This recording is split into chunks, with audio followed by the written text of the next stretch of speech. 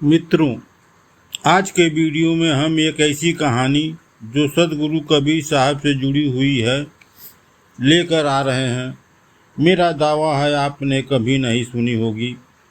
यह मेरे मन में बचपन से ही दबी हुई थी, जो मैंने आपसे शेयर करने जा रहा हूँ। यह कहानी मैं बचपन में सुना करता था। मित्रों, मैं बताता चलूँ, मेरा जन्म स्थान सदगुरु कबीर साहब की समाधि स्थल मगहर के बगल में है। मैं अपने कार्यकाल में काफ़ी वर्षों तक मगहर और खलीलाबाद में सरकारी सेवा पर कार्यरत था। यह मेरा छोटा सा परिचय था। अब आते हैं सदगुरु कबीर साहब से जुड़ी कहानी पर। मित्रों, यह कहानी उस समय की है जब सदगुरु कबीर साहब काशी से मगहर आकर रहने लगे थे। चलिए शुरू करते हैं यह कहानी। अगर आप मेरे चैनल पर नए हैं तो चैनल को सब्सक्राइब कर लीजिए और वीडियो अंत तक देखने का कष्ट करें, तभी कहानी आपको समझ में आएगी। यह कहानी 600 वर्ष पहले की है। मई जून का महीना, भयंकर गर्मी पड़ रही थी। चारों तरफ हाहाकार मचा हुआ था। खेतों में दरारें पड़ रही थीं। धान की फसल सूख रही थी। प्रजा आसमान की तरफ टकटकी लगाए देख रही थी, क्योंकि पानी का और कोई साधन नहीं था। अगर बरसात नहीं हुई तो फसलें सूख जाएंगी, जनता भूख से मरने पड़ जाएगी। चारों तरफ सूखा पड़ने से अराजकता बढ़ रही थी। चोरी डकैती आम हो गई थी। जनता त्राहि त्राहि कर रही थी। भगवान के अलावा दूसरा कोई सहारा नहीं दिखाई पड़ रहा था। गांव भगवान की पूजा पाठ शुरू हो गए थे। मेरे गांव में भी पूजा पाठ शुरू हो गया था। गांव की महिला आधी रात को बिना कपड़े के निवस्त्र होकर खेत में चली जाती और वहां खेत में हल जोतती। ऐसा इसलिए होता कि इंद्रदेव तरस खाकर बरस जाएं, और यह सिलसिला रोज आधी रात को महिलाओं द्वारा किया जाता था। यह काज लगभग हर गांव में होता, लेकिन इंद्रदेव इतने नाराज थे कि बरसात होने का नाम ही नहीं लेते। यह सारा काज करते जनता परेशान हो गई थी। उनका साहस जवाब दे रहा था। उनको ऐसा लगा कि मेरी फसल सूख जाएगी, सूखे से कोई नहीं बचा सकता। एक दिन की बात है, एक जोगी बाबा गांव में आकर घूमते हुए भिक्षा मांग रहे थे। जोगी बाबा गांव के बीच एक पेड़ के बीच में बैठ गए। गांव के लोग जिनके पास जो था वह जोगी जी की झोली में डाले जाते। गांव वालों ने जोगी को कोई गुड़ खिलाया, कोई पानी पिलाया। धीरे धीरे सारे गांव के लोग, बच्चे, बूढ़े, महिलाएं जोगी बाबा के पास बैठे हुए थे। मित्रों, पहले का समय वह था, जनता भूखों मरने के कगार पर थी, लेकिन दान करने में लोग पीछे नहीं हटते। आज भी आप गांव में चले जाइए, खाने रहने सोने की दिक्कत नहीं होगी। और वहीं शहर में बिना पैसे का पानी नहीं मिलेगा। खाने रहने की बात तो छोड़ दीजिए। जब जोगी बाबा खा पी कर संतुष्ट हो गए तो लोगों ने उनसे पूछा, जोगी बाबा, आप तो देख रहे हैं चारों तरफ फसलें सूख रही हैं, बरसात होने का कोई आसार नहीं दिख रहा है। काफ़ी दिनों से गांव-गांव में पूजा पाठ भी हो रहा है, लेकिन बरसात होने का नामो निशान नहीं दिखाई पड़ रहा है। जोगी बाबा बोले, एक बात मैं कहूँ? लोगों ने कहा, हाँ बाबा जी कहिए।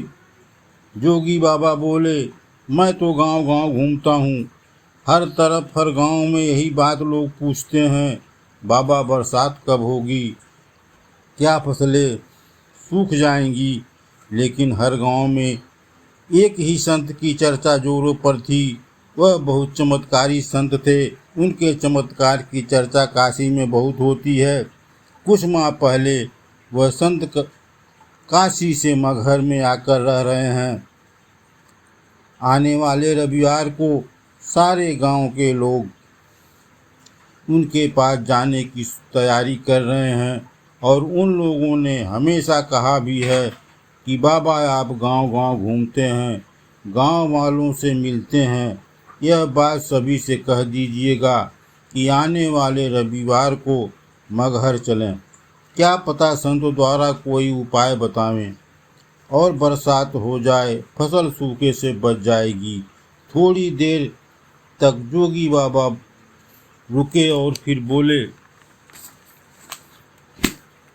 संत जी का नाम कबीर है, वह जात के जुलाहा हैं और उनका स्थान जुलाहा गांव में एक जगह पर धूनी रमा कर बैठे हैं।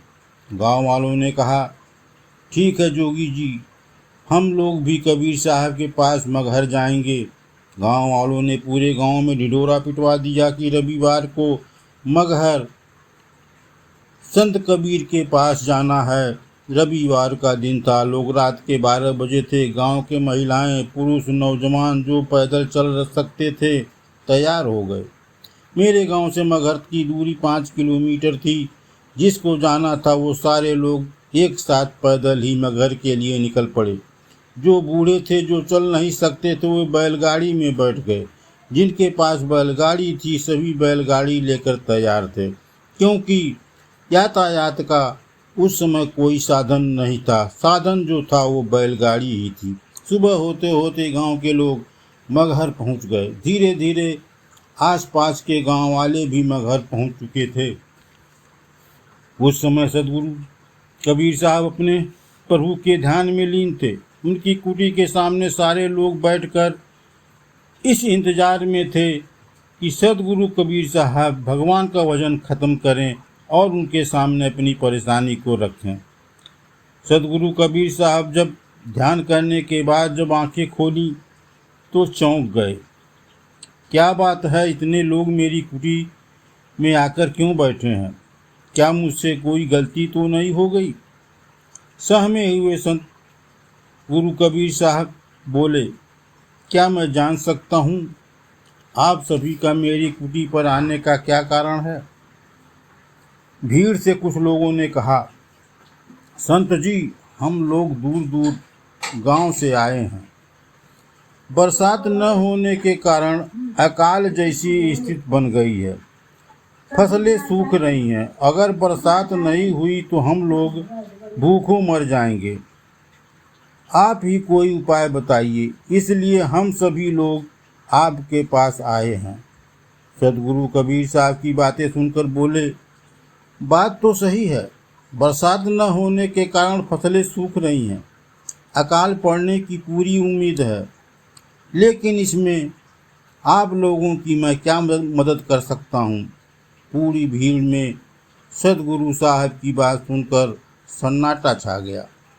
सदगुरु बोले, मेरे बस में कुछ भी नहीं है, मैं कुछ भी नहीं कर सकता। जो भी करते हैं मेरे परम ब्रह्म परमात्मा ही करते हैं। वही संसार के कर्ता धर्ता हैं। उनके बिना संसार का कोई पत्ता नहीं हिलता। मैं आप सभी की समस्या परम ब्रह्म परमात्मा से अवश्य करूँगा। यह बात सदगुरु कबीर साहब ध्यान में लीन हो गए। उनके सामने लोग बैठे रहे। घंटों बीत गया। सदगुरु कबीर साहब के ध्यान में लीन थे। कुछ घंटों की बाद घनघोर बादल छाने लगे या अंधेरा हो गया, मानो रात हो गई हो। ऐसा बादल कभी गांव वालों ने नहीं देखा था। कुछ देर बाद आसमान से बिजली चमकने लगी और बिजली चमकने के साथ साथ जोरों की बरसात होने लगी और सारे गांव में लोग बरसात से भीग रहे थे और सदगुरु कबीर साहब की जय जयकार कर रहे थे। घंटों बरसात होने के बाद बरसात रुकने का नाम नहीं ले रही थी। ऐसा लग रहा था कि पूरी पृथ्वी जलमग्न हो जाएगी। ताल तलैया भर चुके से सदगुरु की कुटी के सामने तालाब सा बन गया था। भीड़ चिल्ला चिल्ला कर कहने लगी, सदगुरु साहब बस करिए, बस करिए। बरसात थम चुकी, चारों तरफ हरियाली बिखर गई थी। खेत पानी से भर गए थे, नदियां तालाब पानी से भर गए थे, लोगों में खुशी की लहर दौड़ रही थी। तभी से सदगुरु कबीर साहब के काफ़ी शिष्य हो गए, जिसमें सभी संप्रदाय के, सभी जाति के लोग थे, हिंदू भी थे, मुसलमान भी थे। मित्रों, ये कहानी कैसी लगी?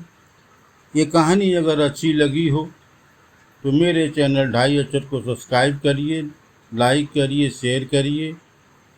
मिलते हैं एक ऐसी ही सदगुरु कबीर साहब से जुड़ी कहानी के साथ। वीडियो देखने के लिए